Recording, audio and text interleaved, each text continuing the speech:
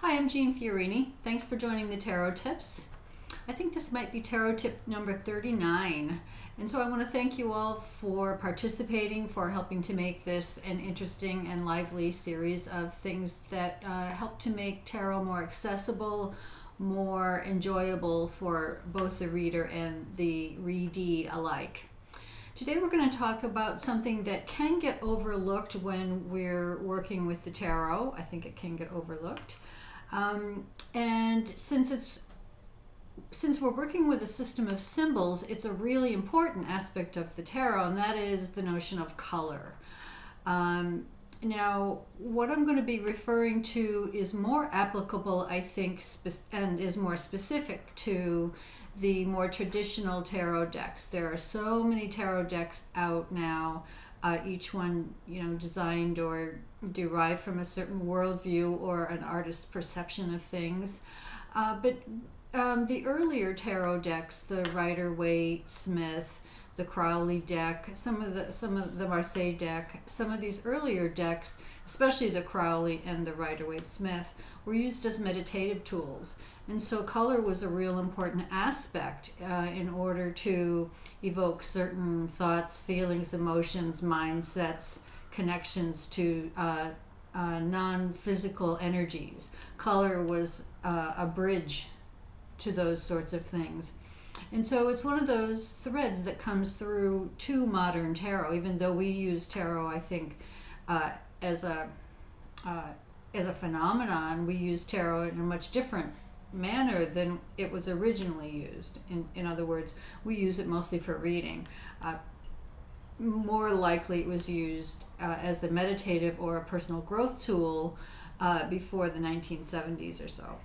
Anyway, I digress. I want to talk about color today. Normally I don't use my little cheat sheet, but there are a lot of details around this topic, and I wanted to make sure that I covered it all succinctly and clearly. So I'm going to go through, I don't know, I think I probably have 7 different colors that are the primary ones used in the Rider-Waite Smith deck, at least, and the ones which have specific connotations towards certain kinds of energies. So when you're reading with your cards, regardless of what deck you have, pay attention to the color cues. Pay attention to how colors on different cards might connect or not connect, how they might be telling a different story, how even within a specific card, different colors are depicted, probably very intentionally. And this, like most things in the tarot, this means something. So let me go through my little list of colors here. The first one being the color black. The color black in tarot is not about anything negative, but it is about the unknown, the unseen, and the place of potential. Black is the color that's associated with the left-hand side of the Kabbalistic tree of life. Bina is the Sephiroth that it connects to. And so black is the color of potential. We're going to see the black in the High Priestess card. She sits between the black pole and the white pole. That indicates the left side of the tree and the right hand side of the tree. We're also going to see black. A lot of times people ask about the pole that the man in the Six of Swords is using to move that boat from one shore to another. Very specifically depicted as a black pole, indicating that there's unseen potentials yet to happen for this group of people. Now the opposite of black is the white. We see a lot of black and white happening with the tarot. And this is going to connect us to the concept of the opposites, which is going to be the topic of the next tarot tip. So white is the color of spiritual purity. It's also a color that might indicate that something has moved beyond its physicality, beyond its temporalness. So where do we see some images that are specifically depicted as white in the tarot? The first one that comes to mind in my mind is the woman's dress in the Strength card, that she's dealing with that lion from a very pure and intentional place inside of herself. The idea of being moved beyond manifestation, beyond physical manifestation, makes me think of the rose in the death card. On the flag of the death card, we see that rose that has been drained of its vitality. It isn't a red rose anymore, it's a white rose. So we have that kind of blank slate and that non-physical quality there. The next color that I want to talk about is yellow. And I'm going to nitpick a little bit here because we have bright yellow, which I always associate with the Fool card.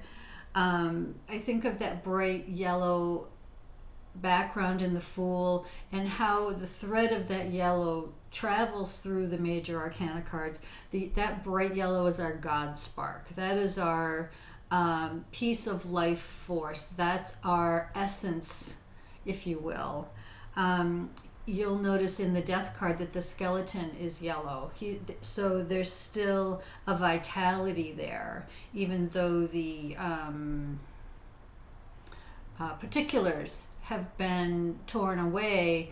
The skeleton in the death card indicates that your essence, your life force, your God spark is still there, no matter how naked it might appear.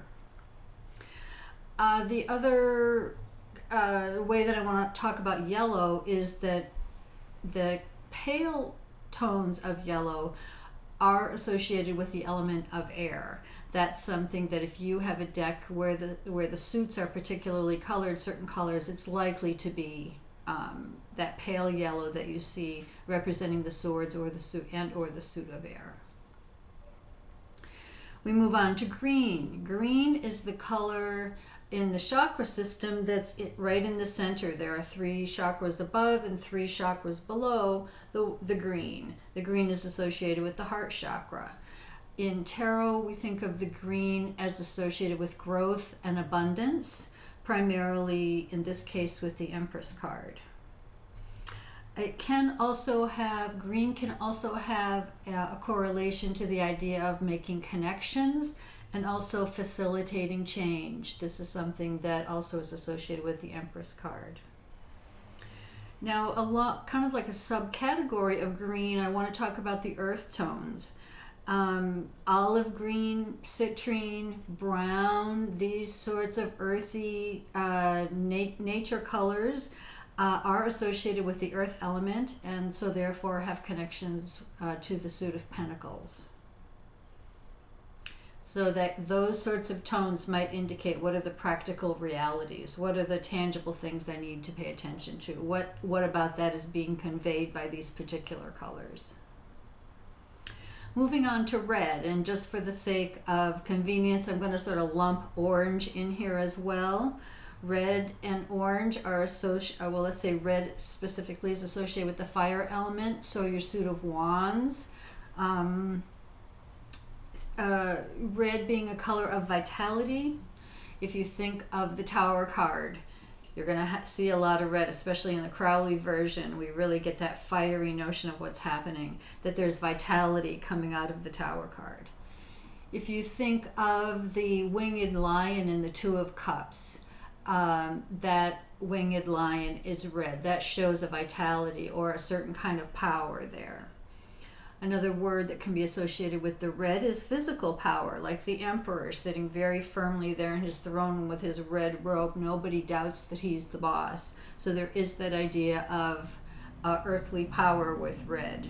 And also creativity. So the orange and or the red is associated with the magician. We often see the magician depicted with either a red or an orange cape over a white undergarment, that white implying the spirituality.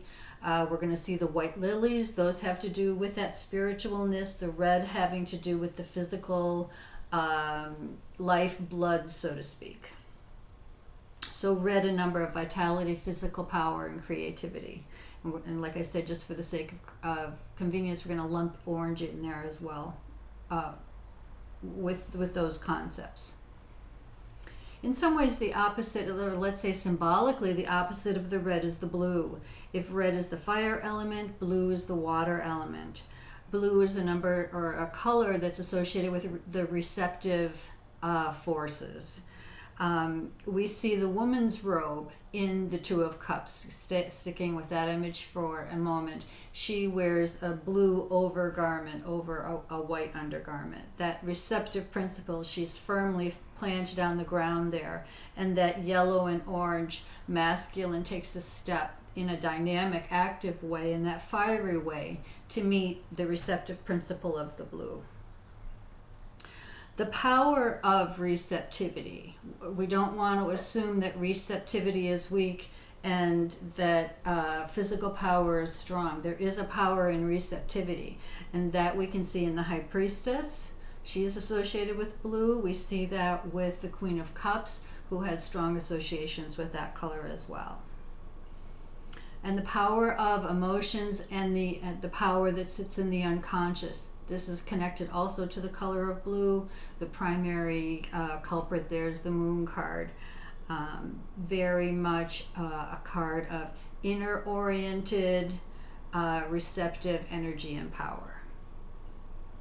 The last color I'm going to talk about today is purple, which you see less often in the tarot deck, especially in the older versions of tarot. If you think about mixing paints, purple is the color you get when you mix the blue and the red.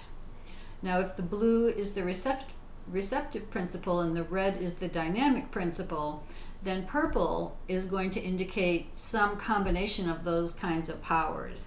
We see this specifically in the robes of angels, primarily in the Lovers card, and sometimes in the Judgment card and aspects of the World card. Also, if you look very carefully on your Temperance card, you'll see that the wings of that angel have both blue and yellow kind of colored in from a distance. Sometimes it does look like purple. So purple being a blending, a higher, I don't want to say higher, an attempt at reunification of the opposites, which is kind of the goal of the tarot and really the goal of our conscious living. So that idea of the opposites is going to be something we're going to talk about next time, which I think will be tarot tip number 40. So thank you very much. I hope that little overview of color gives you some insights into your cards and gives you something to pay attention to help guide you as you're doing your readings. Thanks for tuning in, and we'll see you next time.